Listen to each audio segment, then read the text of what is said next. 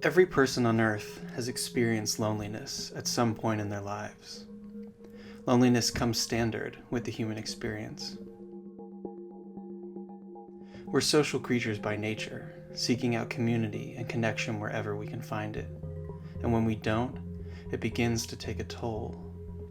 We need each other to survive, but in a world where isolation and individualism seem to be on the rise, these connections are becoming harder and harder to find. It's not an overstatement to call loneliness an epidemic. In a survey of nearly 20,000 Americans, close to half reported always or sometimes feeling lonely or isolated. According to the survey, young adults are the loneliest of all. This isolation has very real consequences for our health, both mental and physical. People who frequently experience loneliness are up to 32% more likely to die early than others. And studies have shown that chronic loneliness is as detrimental to your health as smoking 15 cigarettes a day. Unlike more well-documented mental health disorders studied by psychology, loneliness is much more difficult to define. It's not anything we can objectively measure based on how much social interaction a person has. It's a subjective experience that differs from person to person. Someone who spends a lot of time alone doesn't necessarily feel lonely, just as someone who socializes frequently doesn't necessarily feel fulfilled and understood. I'm no stranger to loneliness. My parents moved a lot throughout my childhood. I had to remember 16 different addresses before my 18th birthday, which meant that deep, lasting friendships were hard to maintain. Over time, I became quite adept at spending time alone and keeping to myself, but that pervading feeling of isolation was always 3 steps behind me, just around the corner. When I moved away for college, I was excited by the prospect of staying in one place for 4 years, and hoped I'd finally find a community of like-minded people I could connect with. However, I quickly found myself feeling more alone than I ever had. After my freshman year, I transferred schools, hoping that a change of environment would help shake the feeling, but the loneliness only followed. Part of this is because I'm gay, and loneliness is endemic to my community. Unlike members of other minority groups who are raised and surrounded by people like them, queer people grow up separated from one another, many in environments that are unfavorable or objectively harmful. Once we feel comfortable enough to come out, we're charged with seeking out a community on our own, which is not an easy task.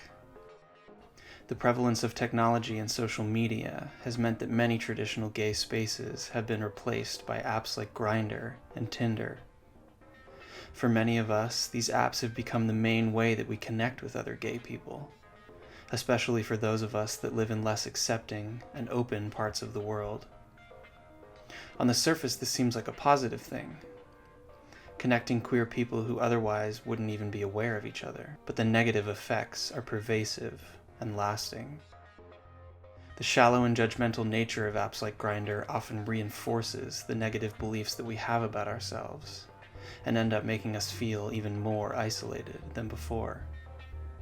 For those of us that are able to find a community offline, participating in it can be actively harmful. Studies have shown that living in gay neighborhoods increases rates of risky sex and meth use. The study also found that gay men who were more connected to the gay community felt less satisfied in their romantic relationships.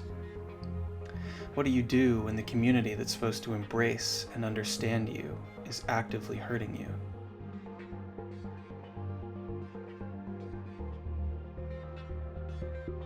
Public health experts have expressed concerns about the growing loneliness crisis, citing worrying increases in rates of depression and suicide over the last 2 decades across all demographics, but most acutely in teenagers and young adults. The outbreak of COVID-19 at the beginning of this year meant that all these issues were only exacerbated, as we were forced to quarantine in our homes, unable to gather and socialize for months on end.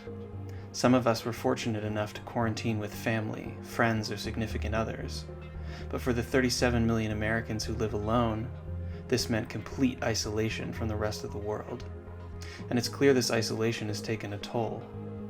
The CDC reports a 40% increase in self-reported depression and anxiety symptoms between February and June of this year, with predictions that the percentage will only increase until the virus is eradicated and life can return to normal. We've spent so much energy focusing on the COVID-19 pandemic that we've neglected to acknowledge the mental health epidemic that's raging on alongside it.